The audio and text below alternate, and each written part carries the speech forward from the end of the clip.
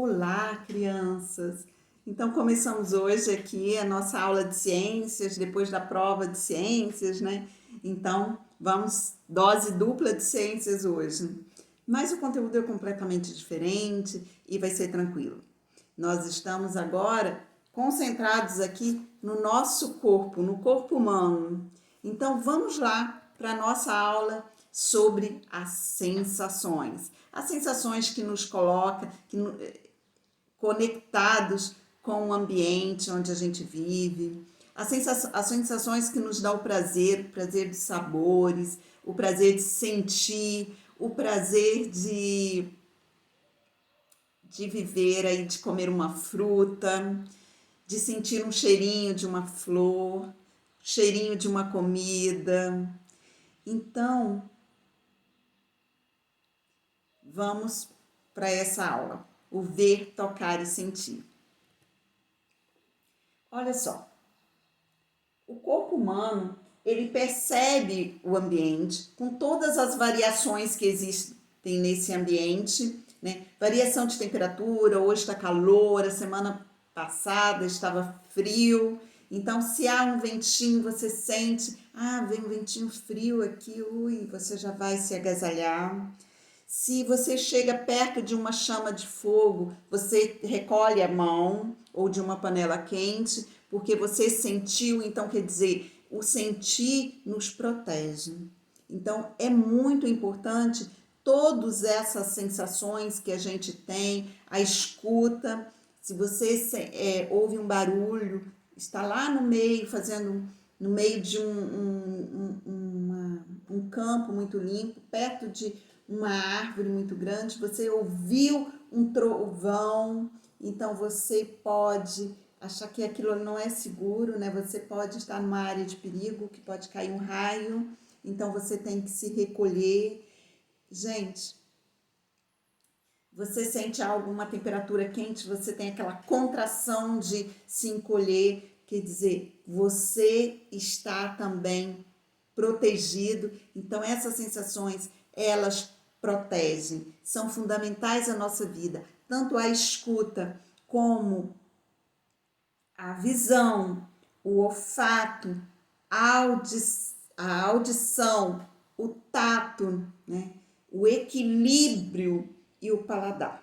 Tudo isso são sensações. Às vezes a gente fala, perdi o equilíbrio. É uma sensação de descontrole que a gente tem. Então vamos lá. O tato. A criança exercita esse tato desde logo, né, que nasce, a gente já coloca para a criança um livrinho sensorial, aqueles brinquedinhos são todos com texturas diferentes, porque ele está desenvolvendo, o bebê ele está desenvolvendo essa sensação. E ela ocorre, o órgão do corpo que participa do tato é a pele.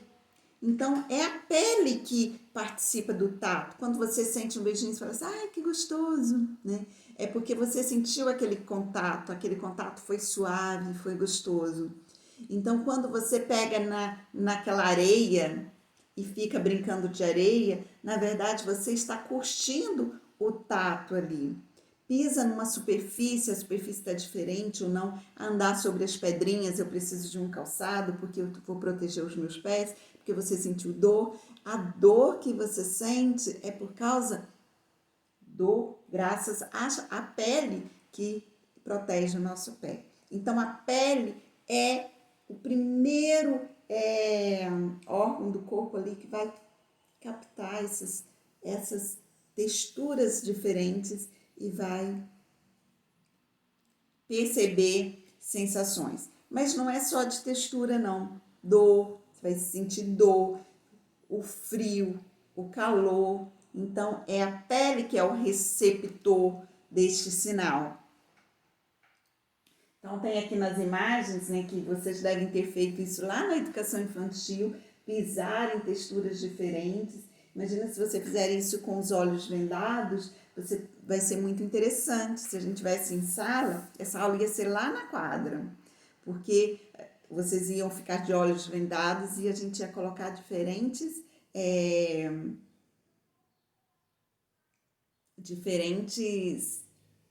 texturas para vocês sentirem.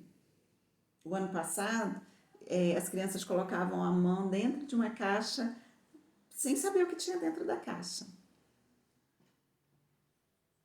Vocês podem fazer isso em casa. Peça que alguém coloque objetos dentro de uma caixa e você, sem ver, coloca a mão lá dentro e tenta descobrir o que é.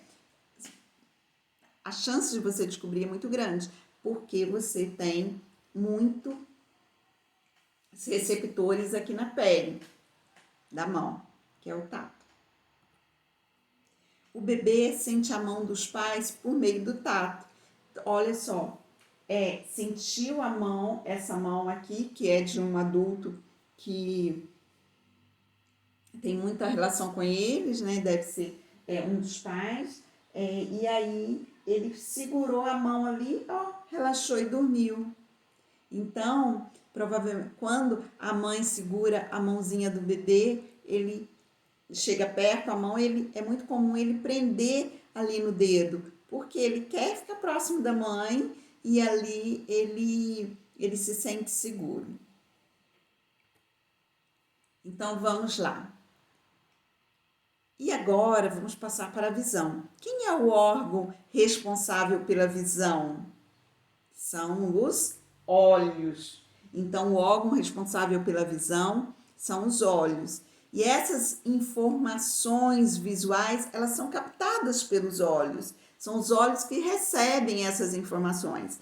Só, gente, que os olhos recebem e manda essa informação, organiza, né? E manda lá para o cérebro. E lá numa região determinada do cérebro é que ele vai processar a imagem. Então é tudo muito rápido, porque a gente bate o olho e já identifica determinado objeto. É porque é muito rápido, mas o órgão responsável pela visão vem a ser assim os olhos, eles que captam essas imagens. Depois de serem captadas, então, elas são interpretadas pelo cérebro. Então, tá essas crianças todas aqui com os olhos voltados para o livro, porque elas estão enxergando, os olhos estão captando essas imagens que estão sendo processadas lá no cérebro. Os olhos também têm a capacidade de captar se a imagem está perto ou se ela está muito longe.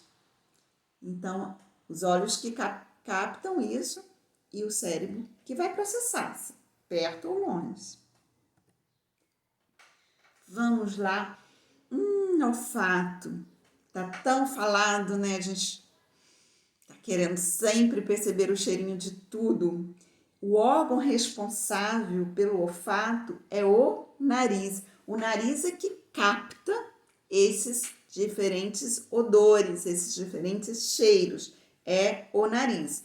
Percebemos o perfume, pelo nariz percebemos o perfume das flores e dos frutos e de tudo mais. Seja perfume bom, seja não agradável, com cheiro não agradável. Mas o bom é que sentimos, né? Então, pelo olfato, percebemos se o cheiro é agradável ou não. E aí, olha só a proteção, gente. Quando você pega uma comida que está lá guardada na geladeira, aí você sente o cheirinho. Essa comida não tá boa não, tá estragada. Olha, se a gente não sentisse o risco da gente colocar aquela comida estragada na boca e depois passar mal. Então, todas essas sensações têm também a função de nos proteger. Olha, às vezes você não conhece uma comida, mas pelo cheiro você sabe se você quer experimentar ou não. Vou contar só para ajudar a fixar como que isso acontece. Uma vez a gente viajou lá para Maceió. Eu nunca tinha visto buchada na minha vida. E aí Minha irmã a minha irmã estava morando lá, ela convidou alguém para fazer, contratou alguém para fazer uma buchada, porque queria apresentar para gente. E quando a pessoa veio entregar, ela entrou com a panela fervente, né, com aquele cheiro que eles adoram, e entrou pela casa. E quando ela entrou, eu percebi que eu não queria comer, não experimentei a buchada, porque o cheiro não foi agradável ao meu paladar. Mas pode ser que seja agradável ao seu. Então, assim, eu nem experimentei, porque o cheiro já não me foi agradável. Mas tem gente que teria achado tão agradável, isso é tão particular, que tem gente que sentia aquele cheiro passando na rua. Nossa, que delícia. Outro dia eu senti um cheirinho de uma linguiça por aí. E ai, que delícia. Queria comer linguiça. Então, assim, pode ser que para você sentiu aquele mesmo cheirinho que eu achei agradável, você útil. Então, vamos lá.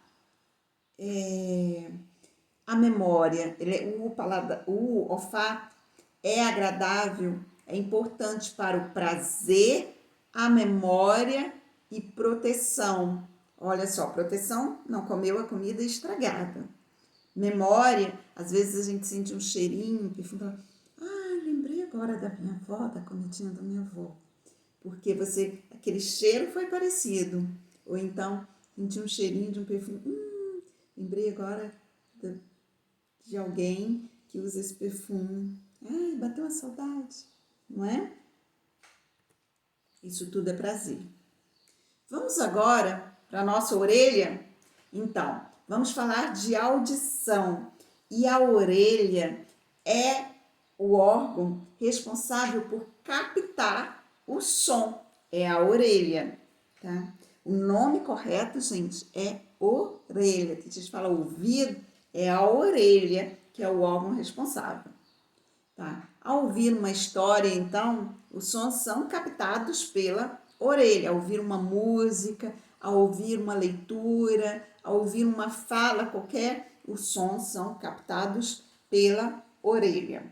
Aí estão as crianças todas ouvindo a professora contando uma história. E o equilíbrio. Sabia que a orelha também é responsável pelo equilíbrio? Esqueci de colocar vermelhinho ali. Então, a orelha também é responsável pelo equilíbrio. Por quê? Gente, lá dentro da orelha, lá no fundinho, tem um líquido, numa região, tem um líquido. E aí esse líquido, o equilíbrio, né, ele capta algumas ondas e ali aquele equilíbrio ali está muito relacionado com esse local lá da nossa orelha. Então, tem um problema de saúde que, não sei se você já ouviu falar, chama labirintite. Então, é uma inflamação dessa região da orelha, labirinto, que está inflamado, então a pessoa começa a perder o equilíbrio, às vezes até chega a cair, porque perdeu o equilíbrio, aí tem que se tratar. Mas tudo tem tratamento, isso tem tratamento, vai tomar o remédio certinho e vai passar essa infecção e aí ele volta a ter o equilíbrio.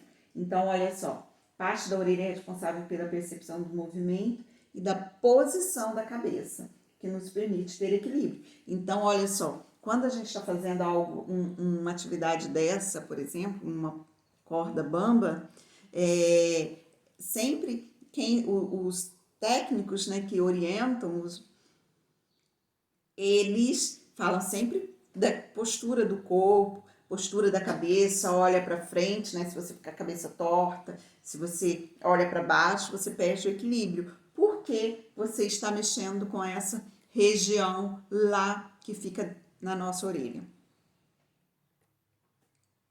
Gente, é tão importante a dança. A localização do espaço, né, para ter equilíbrio nos permite muitos movimentos como dançar. Se você às vezes fecha os olhos assim, você não enxerga, não desconhece, ou alguém te leva com os olhos vendados para um ambiente diferente, às vezes você fica meio sem equilíbrio ali. principalmente se o chão não for nivelado, porque você perdeu a localização, você perdeu a percepção do espaço. E aí você também pode perder o equilíbrio. Mas olha só, fiz questão de colocar essa dança linda entre esses dois, porque quando a gente estiver mais com a idade mais avançada, né, chamada terceira idade, a dança é muito importante. E assim, a dança é equilíbrio. Você consegue fazer os movimentos porque se você tiver um bom equilíbrio. Veja a bailarina, o bailarino e tantas outras danças. Mas tudo depende do equilíbrio. Tanto que o bebê, quando vai dançar, dança meio que se apoiando, com as perninhas afastadas, porque ele tem um pouquinho de dificuldade de manter o equilíbrio. Vamos no paladar? Paladar. Bom, né? Sentir o paladar.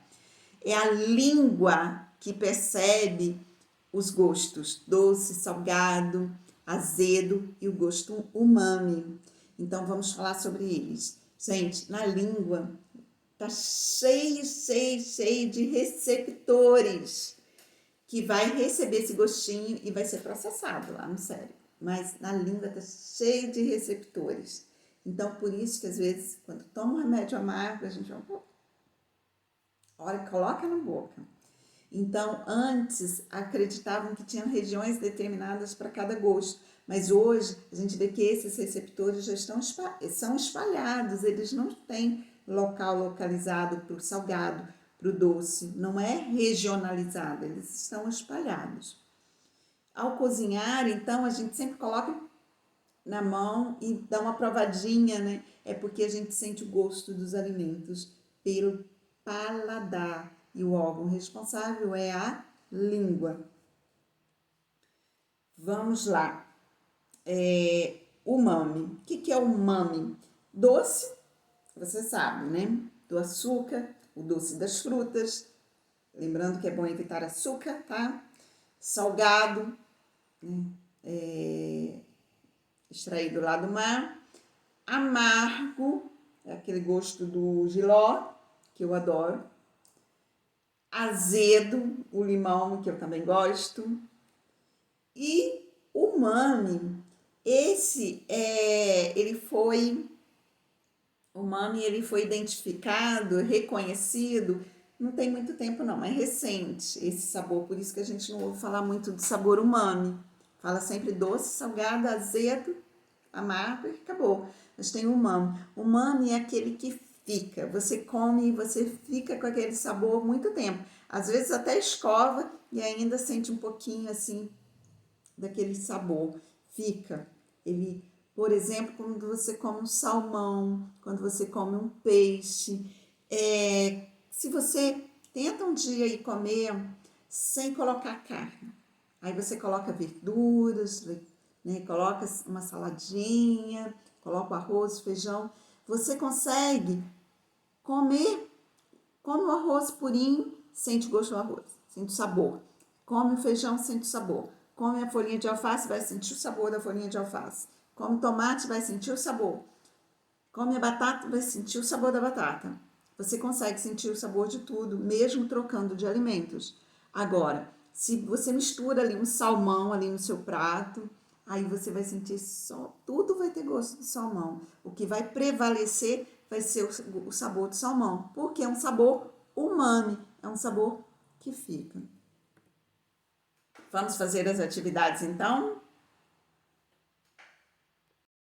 Olha só.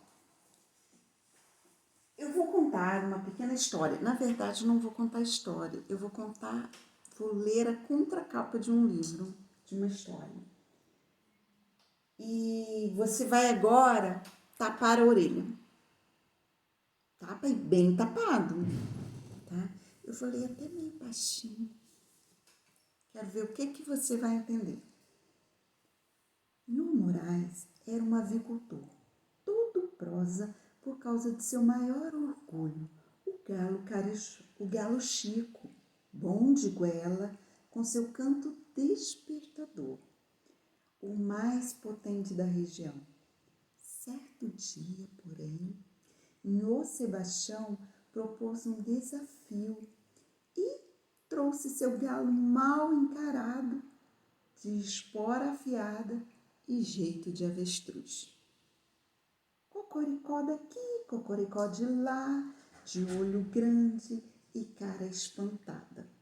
Nesse dia, todo mundo descobriu o segredo do galo bom de goela.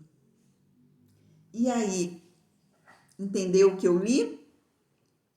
Então vamos lá. Você ouvirá a história, tapando as orelhas com auxílio das mãos, e você vai registrar com poucas palavras do que trata essa história que eu acabei de... Não li a história, mas eu li do que fala esse livro. Eu não vou nem mostrar a capa do livro. Do que fala e o que houve ali. Teria alguma coisa acontecendo? Fala aí o que você entendeu. E agora você vai ouvir a história sem tapar as orelhas e vai registrar o que eu estou falando. Vou ler de novo. Inhô Moraes era um avicultor, todo prosa por causa de seu maior orgulho, o galo Chico. Bom de goela, com seu canto despertador, o mais potente da região. Certo dia, porém, Nhô Sebastião propôs um desafio e trouxe seu galo mal encarado, de espora afiada e jeito de avestruz. Cocoricó daqui, cocoricó de lá, de olho grande e cara espantada. Nesse dia, todo mundo descobriu o segredo do galo bom de goela. Então, se você não conseguiu com essa daqui, peça algum adulto para ler uma história aí para você e você faz esses exercícios. Mas é aquela... Você entendeu alguma coisa da primeira? E da segunda? Da segunda você já entendeu do que trata a história? De alguém que estava com... levou, e aí... foi... Então vamos lá. Agora, compare a conversa sobre a diferença dos dois registros da história. Vamos para a nossa próxima. Além das pessoas com deficiência visual, existem aquelas que apresentam algum tipo de deficiência auditiva. Quer dizer, tem deficiência visual, não vai enxergar, ou nada, ou algum grau de deficiência. E outras têm a deficiência auditiva, ou seja, não vai escutar como deve. É um chamado de mudo. Quer dizer, mudo seria que não fala. E na verdade ele não fala é porque não ouve. Então, surdo. Então, surdo, se você não ouve, você não aprendeu, não desenvolveu a fala. Então, na verdade, ele é surdo. Uma forma de comunicar é por meio da língua brasileira de sinais, Libras, como mostra aqui embaixo. Então, lembra, você provavelmente sabe fazer A, B, C, D, F, G, H, I, J, K, L, M, N, O, P, Q, R, S, T, U, V, W, X, Y e Z. Então, provavelmente você já brincou com isso daí. Se não é hora de brincar, busca no Google ou para o vídeo e faz uma brincadeira. Essa é a representação do alfabeto na língua brasileira de sinais. Mas tem uma língua também, quer dizer, tem os sinais, por exemplo, olá. Ó. Meu nome é... Obrigada. Então, e tem vários outros, eu vou deixar o link do vídeo para vocês verem e aprender algumas das algumas falas das sensações sobre a língua brasileira ou das emoções sobre a língua brasileira de sinais.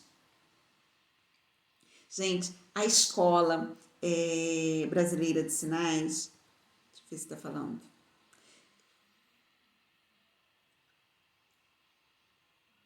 Eu vou continuar no próximo vídeo.